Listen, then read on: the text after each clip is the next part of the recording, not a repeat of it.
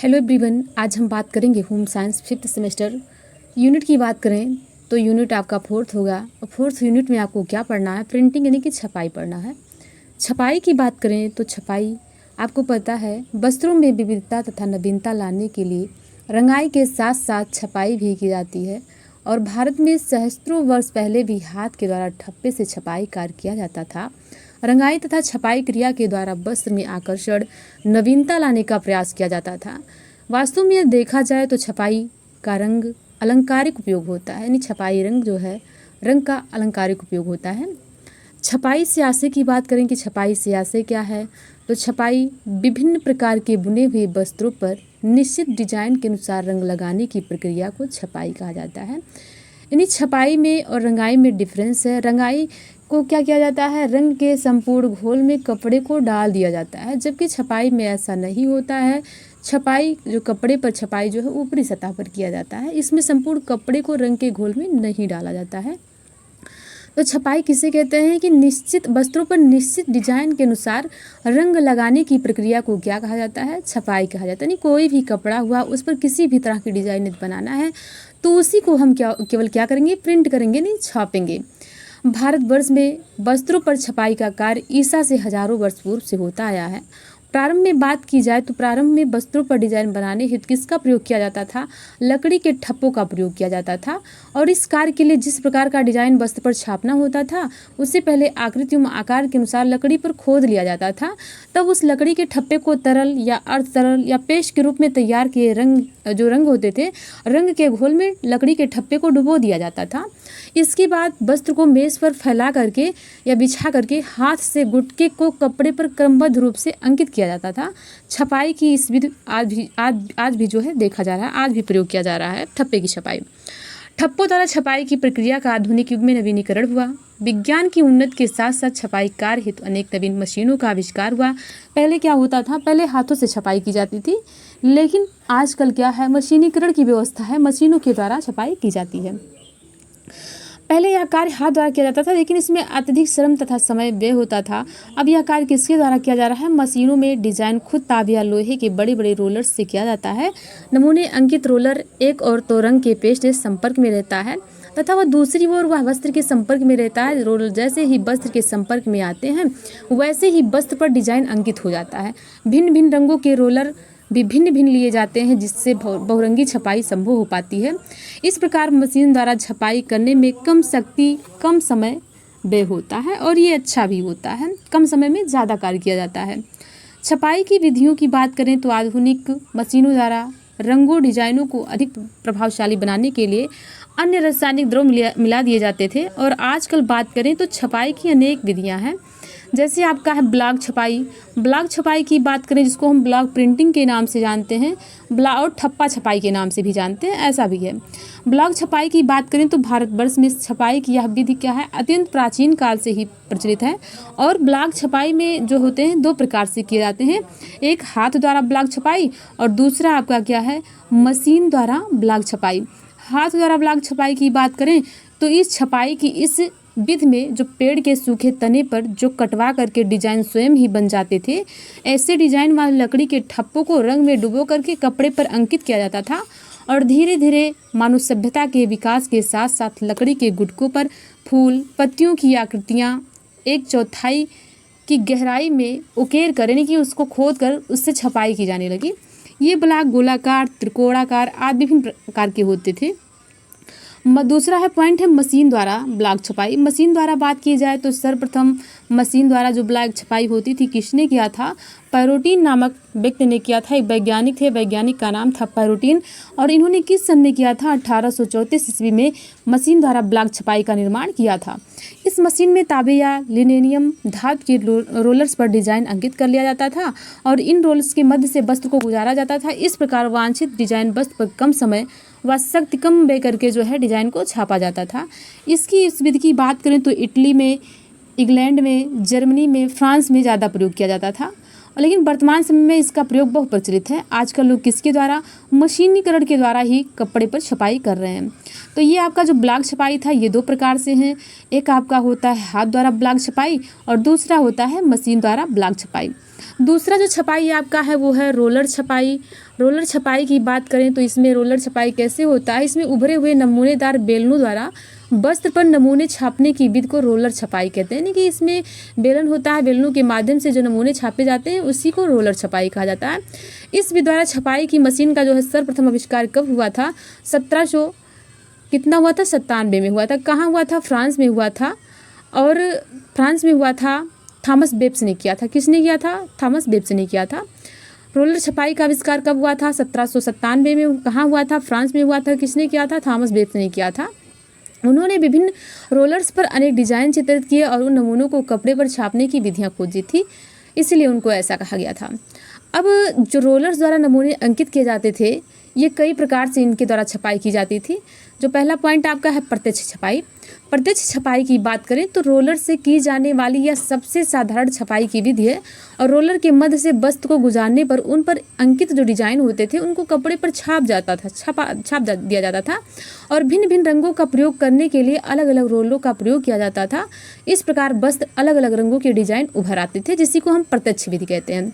दूसरा है रंग खींचने वाली छपाई। रंग खींचने वाली छपाई की बात करें तो इस प्रकार की छपाई करने हेतु सर्वप्रथम क्या किया जाता है? वस्त्र को किसी गहरे रंग में डुबो दिया जाता है और नमूने वाले स्थान से ब्लीचिंग द्वारा हटा दिया जाता है। इस प्रकार की ब्लीचिंग करने हेतु जिंक ऑक्साइड के पेस्ट का प्रयोग किया जाता है और गहरे रंग से रंगे हुए वस्त्र को आकर्षक नमूने बने रोलर्स के बीच से गुजारा जाता है और रोलर्स पर डिजाइन वाले स्थान पर विरंजन का पेस्ट लगा रहता है। बस जैसे ही रोलर्स के मध्य से गुजरता है उस पर सफ़ेद नमूना उभर आता है और इसे भाप द्वारा सुखवाया जाता है। किसको? रंग खींचने वाली छपाई को। थर्ड आपका है अवरोधक छपाई।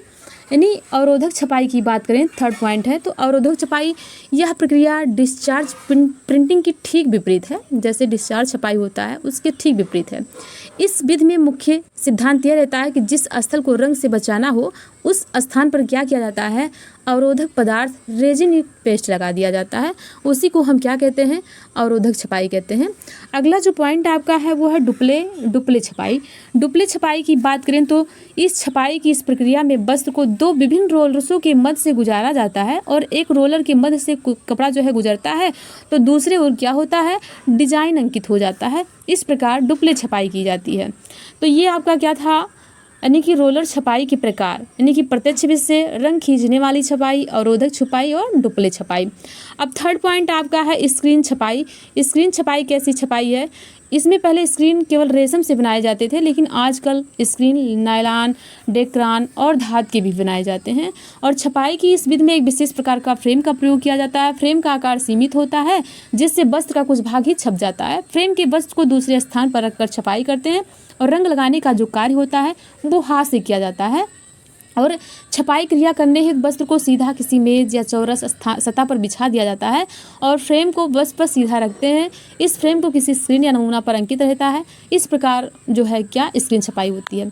अगला फोर्थ पॉइंट है आपका स्टेंसिल छपाई। स्टेंसिल छपाई की बात करें तो छपाई की यह विधि जापान में शुरू किया गया था। स्क्रीन छपाई स्टेंसिल छपाई की मतलब जो स्क्रीन छपाई होता है ये स्टेंसिल छपाई का ही सुधरा हुआ अथवा जो है रूपांतरित रूप है। छपाई की इस विधि में तेल या मोम वर्निश से चिकने हुए कागज या बारीक धातु की परत को नमूने के अनुसार काट लिया जाता है और एक रंग के लिए प्रायः एक ही स्टेंसिल का प्रयोग किया जाता है। इस प्रकार स्टेंसिल छपाई की जाती है। अगला है फोटो छपाई। फोटो छपाई भी अच्छा होता है और इसमें क्या होता है? सर्वप्रथम ऐसे रसायन का लेप लगाया जाता है जो प्रकाश का सुग्राही हो और इसके बाद कोई भी फोटो उसी तरह छापा जाता है जिस तरह कागज़ पर चित्र छापा जाता है। इस छपाई में फोटोग्राफर तकशीनियन को सावधान रखना चाहिए ताकि स्पष्ट जो है नमूना छापा जा सके। फोटो छपाई होता है। फोटो छपाई भी इजी होता है। लोग जैसे कागज़ पर कोई नमूना छापते थे सेम वैसी ही प्रक्रिया फोटो छपाई में कपड़े पर छापा जाता है। अगला है बाटिक छपाई। बाटिक छपाई की बात करें तो ये हस्त विधि यानी हाथों द्वारा है और इसका उद्भव कहाँ हुआ था? जावा में हुआ था, लेकिन उसके बाद कहाँ हुआ था? संयुक्त राज्य अमेरिका में लोकप्रिय हुआ था। बाटिक छपाई विधि अवरोधक छपाई विधि से मिलती जुलती है और इस विधि से छपाई करते समय सर्वप्रथम क्या किया जाता है? वस्त्र पर नमूना छाप लिया जाता है और जिन स्थलों पर रंग ना चढ़ना हो उन स्थानों पर पैराफिन मोम लगाया जाता है। इसके पश्चात वस्त्र को ठंडे रंग के घोल में डुबो दिया जाता है। जिस स्थानों पर मोम नहीं लगा होता है वह स्थान रंग का अवशोषण होते हैं और क्या किया जाता है? इन्हें वस्त्र को सुखाने के पश्चात इन्हें बेंजीन द्वारा वस्त्र से मोम हटा दिया जाता है। तो ये आपका था बाटिक छपाई। बाटिक छपाई भी अच्छी छपाई है। अगला पॉइंट है आपका बंधेज छपाई। बंधेज छपाई की बात करें तो इस छपाई विधि में नमूने किस रूप में होते हैं? वृत्ताकार रूप में होते हैं। वस्त्र को रंगाने में डुबोने से पूर्व वस्त्र में गांठी बांधी जाती है, जिसको हम बंधेज के नाम से जानते हैं ना, बंधनी के नाम से जानते हैं, टाई एंड डाई के नाम से जानते हैं, ठीक है। तो उसी को हम टाई प्रिंटिंग कहते हैं या बंधेज छपाई भी कहते हैं। तो इसमें क्या होता है, नमूने वृत्ताकार के रूप में होते हैं और आजकल हर आकार में नमूने बनाए जा रहे हैं। वस्त्र को रंग में डुबोने से पूर्व उनमें क्या किया जाता है, वस्त्र में गांठें बांधी जाती है और गांठ जो होता है बांधने के पश्चात रंगाई की जाती है। जब गांठें डिजाइन के अनुसार ही बांधी जाती है तो गांठ जो है कस कर बांधी हो तो रंग अंदर प्रविष्ट नहीं कर पाता है, यदि ढीली बांधी हो तो रंग अंदर प्रविष्ट कर जाता है और डिजाइन अच्छा नहीं बनता है। इसीलिए जब कपड़े की रंगाई होती है तो उसके पहले उसमें कपड़े में गांठें लगा दी जाती है, उसके बाद में कपड़े को रंग में डुबो दिया जाता है, उसके बाद में फिर जब रंग में डुबो दिया जाता है फिर उसको सूखने के लिए छोड़ दिया जाता है। जब कपड़ा पूरी तरह से सूख जाता है तो उस गांठ को खोल दिया जाता है। इस प्रकार एक सुंदर नमूना बन जाता है। उसी को क्या कहा जाता है, बंधेज छपाई कहा जाता है या टाई एंड डाई या बंधनी। अगला है स्प्रे छपाई। इस स्प्रे छपाई की बात करें तो स्प्रे छपाई करते समय वस्त्र पर रंग को मशीनी एयरब्रश के साथ लगाया जाता है, जो कपड़े पर रंग की फुहार कर देता है और ये बहुत सस्ती छपाई होती है। इसमें किसका प्रयोग, अल्कोहल, पानी, विलायक के घुले हुए प्रत्यक्ष अम्लीय रंगों का उपयोग किया जाता है। अगला है पॉलीक्रोमैटिक छपाई। पॉलीक्रोमैटिक छपाई जाय स्टॉक्स जेल द्वारा विकसित वाटर कलर पेंटिंग और स्क्रीन प्रिंटिंग का संयोजन है, या कपड़े या कागज पर पेंटिंग और प्रिंटिंग का अनूठा संयोजन है। इसमें सर्वप्रथम एक सिल्क स्क्रीन लेकर उस पर पानी मिले क्रियाशील रंगों द्वारा पेंटिंग की जाती है। इसके बाद उसको सूखने के लिए रख दिया जाता है और स्क्रीन के खाली स्थानों पर क्या लगाया जाता है, टेप लगा करके ढक दिया जाता है। जैसे फिर उसके बाद में इसे धीरे धीरे सूखे रंगों का घोल का प्रयोग होता है। इसके परिणाम स्वरूप प्रिंट कपड़े पर छप जाते हैं और एक स्क्रीन से 6 से 8 बार प्रिंटिंग की जाती है। अब बहुरंगी जो है छपाई जो होते हैं वो कई प्रकार से की जाती हैं, जैसे है स्क्वेबेजी जो होता है एक उपकरण होता है या स्कैनर भी कह सकते हैं, जो एक रंग को स्क्रीन के आर पार सबस्ट्रेट पर पहुंचाने में मदद करता है। सबस्ट्रेट क्या होता है, ये स्क्रीन प्रिंटिंग का उपयोग जिस सतह पर किया जाता है उसे सबस्ट्रेट कहते हैं, या कपड़ा, कागज़, कांच, धातु भी कुछ भी हो सकता है। इंकजेट छपाई की बात करें तो इंकजेट छपाई एक प्रकार की कंप्यूटर छपाई है, जो कपड़ा, कागज और प्लास्टिक सबस्ट्रेट पर स्याही की बूंदों को फैला करके एक डिजिटल छवि को फिर से बनाती है। और इंकजेट प्रिंटिंग लेजर प्रिंटिंग के समान होती है। इसमें 4 या 6 अधिक रंगों का उपयोग किया जाता है और ये तरल होते हैं, लेकिन इंकजेट प्रिंटर में प्रिंटर सॉफ्टवेयर निर्धारित करता है और अंतिम प्रिंट प्राप्त करने के लिए किस स्थान पर किस रंग को लागू किया जाता है। ये रंग को मीडिया पर छोटी बूंदों में छिड़का जाता है और इन्हीं रंगों के संयोजन से अंतिम छवि बनती है। और यह छपाई विधि आमतौर पर सक्रिय रंगों के साथ प्राकृतिक कपड़ों के लिए उपयोग की जाती है। जैसे कि आपका प्राकृतिक कपड़ा कौन सा है, जैसे कपास हो गया, कपास के बाद आपका रेशम है, ठीक है, तो आदि के लिए प्रयोग किया जाता है। देखिए यहाँ इंकजेट जो है प्रिंटिंग हो रहा है, यहाँ पे देखिए ये फिगर। अगला है डिजिटल प्रिंटिंग। क्या होता है, डिजिटल प्रिंटिंग कपड़ा छपाई उद्योग में नवीनतम नवाचार है। इसे अक्सर डायरेक्ट टू गारमेंट DTG के रूप में जाना जाता है। डिजिटल टेक्सटाइल प्रिंटिंग एक इंकजेट आधारित प्रिंटिंग विधि है जो प्रिंटिंग को कपड़ों की एक विशेष श्रृंखला पर उच्च गुणवत्ता वाले डिजाइन प्रिंट करने में सक्षम बनाती है। लेकिन डिजिटल प्रिंटिंग प्रक्रियाओं में उपयोग किए जाने वाले सबसे लोकप्रिय प्रिंटर इंकजेट और लेजर प्रिंटर हैं। तो ये देखिए आपका डिजिटल प्रिंटिंग है। यहाँ पे जो डिजिटल प्रिंटिंग जैसे किसी का फोटो फ्रेम पहले निकलता था ना, वो डिजिटल प्रिंटिंग था। एक्सरे ये सब क्या है, डिजिटल प्रिंटिंग है। अब यहाँ हम बात करेंगे रंगाई एवं छपाई के बाद सामानों का ट्रीटमेंट कैसे किया जाता है। रंगाई के बाद क्या करें, इस पॉइंट पर डिस्कस करेंगे। देखिए रंगाई के बाद क्या करें, कपड़े को डाई बाथ से निकाल कर गर्म पानी में अच्छी तरह तब तक धोना चाहिए जब तक पानी साफ ना हो जाए। कपड़े को हल्के डिटर्जेंट और गर्म पानी का उपयोग करके धोना चाहिए। कपड़े को छायादार हवादार स्थान में सुखाना चाहिए। रंगीन कपड़ों को नमक या सिरका मिले पानी में डुबोकर रात भर छोड़ देना चाहिए, इससे कपड़े का रंग निकलना बंद हो जाएगा। रंगीन कपड़ों को सफ़ेद कपड़ों के साथ बिल्कुल नहीं धोना चाहिए। कपड़ों को ब्रश से रगड़ने के बजाय हल्के हाथों से रगड़ना चाहिए। रंगीन कपड़ों पर कभी भी सीधे कोई परफ्यूम या डिओड्रेंट ना लगाएं, क्योंकि इनके मिले हुए केमिकल कपड़े के रंग को प्रभावित कर सकते हैं। कभी भी नमी वाले स्थान पर कपड़ों को स्टोर ना करें और ना ही कभी गीले कपड़ों के साथ रंगीन कपड़ों को रखें। सबसे अच्छा तरीका यह होता है कि रंगीन कपड़ों को प्रेस करने के बाद हमेशा सूती कपड़े या कागज़ में लपेटकर अलमारी में रखें, ठीक है।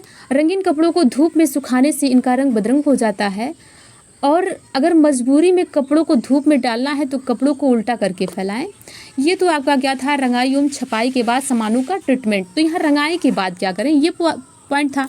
अब यहाँ देखिए बात करेंगे छपाई के बाद सामानों का ट्रीटमेंट कैसे करें, कपड़ों का ट्रीटमेंट कैसे करें, उस पॉइंट पर देखिए। छपाई के बाद डिजाइन को बनाए रखने के लिए कपड़ों को सुखाया जाता है, इससे प्रिंट से रंग बाहर नहीं फैलता है। दूसरा पॉइंट है, सुखाने के बाद एजिंग या स्टीमिंग प्रक्रिया की जाती है, जिससे कपड़े की सतह पर सतही रूप से मौजूद रंग और रसायन कपड़े में स्थानांतरित हो जाते हैं। भाप देने से कपड़े पर रंगों का अवशोषण बढ़ जाता है। भाप देने के लिए छपाई किए गए कपड़ों की धुलाई की जाती है और धोने से अनावश्यक रसायन और बचे खुचे रंगों के अणु बाहर निकल जाते हैं। कपड़ों को साबुन से धोया जाता है। इन सब के अतिरिक्त रंगाई एवं छपाई वाले वस्त्रों की देखभाल अत्यंत आवश्यक है, जिससे उनकी चमक और खूबसूरती बनी रहे। इसके लिए कुछ आवश्यक बातें हैं, जैसे कपड़ों को मशीन में धोने से बचें। बिल्कुल सही है, क्योंकि इससे कपड़े अस्त व्यस्त हो सकते हैं और रंग जल्दी फीका पड़ जाता है, ऐसा होता ही है। कपड़े को ठंडे पानी में भिगोएं और हल्के डिटर्जेंट का उपयोग करें। थर्ड पॉइंट, गीले कपड़ों को ढेर को यूं ही नहीं छोड़ें, तुरंत सूखने के लिए डालें। कपड़ों को छाया में सुखाएं, सूरज की सीधी धूप में सुखाने से बचें, क्योंकि इसमें कपड़ों में सिकुड़न हो जाती है और रंग ठंडा हो सकता है। यदि विशेष रेशम के धागों पर छपाई की गई है तो केवल ड्राई क्लीनिंग का प्रयोग करें। ठीक है, तो ये जो यूनिट आपका फोर्थ था, ये था छपाई। यानी छपाई के बारे में ही आपको देखना था। तो छपाई की बात करें तो छपाई क्या होता है, रंगाई रंग के संपूर्ण घोल में कपड़े को पूरी तरह से डाल दिया जाता है, जबकि छपाई में ऐसा नहीं होता है। छपाई में कपड़े के ऊपरी सतह पर डिजाइन या नमूना बनाया जाता है। तो यहाँ छपाई से छपाई की विधियाँ, ठीक है, कौन कौन सी विधियाँ हैं, ब्लॉक छपाई है, फिर रोलर छपाई है, उसके बाद में रोलर छपाई भी कई प्रकार से होते हैं, स्क्रीन छपाई है, स्टेंसिल छपाई है, फोटो छपाई है, बाटिक छपाई है, बंधे जिसको हम टाई एंड डाई के नाम से भी जानते हैं, स्प्रे छपाई, पॉलीक्रोमैटिक छपाई, उसके बाद में आपका है इंकजेट छपाई, डिजिटल प्रिंटिंग, डिजिटल छपाई। ठीक है, उसके बाद में रंगाई के बाद सामानों का ट्रीटमेंट कैसे करें, ये पॉइंट है। फिर छपाई के बाद सामानों का ट्रीटमेंट कैसे करें, ठीक है। उसके बाद में रंगाई एवं छपाई से जो वस्त्र की देखभाल अत्यंत आवश्यक है, कि जो है वस्त्र को चमक एवं खूबसूरती बनाए रखें, उनके लिए कुछ भी पॉइंट है। आई होप आप सभी को समझ में आया होगा।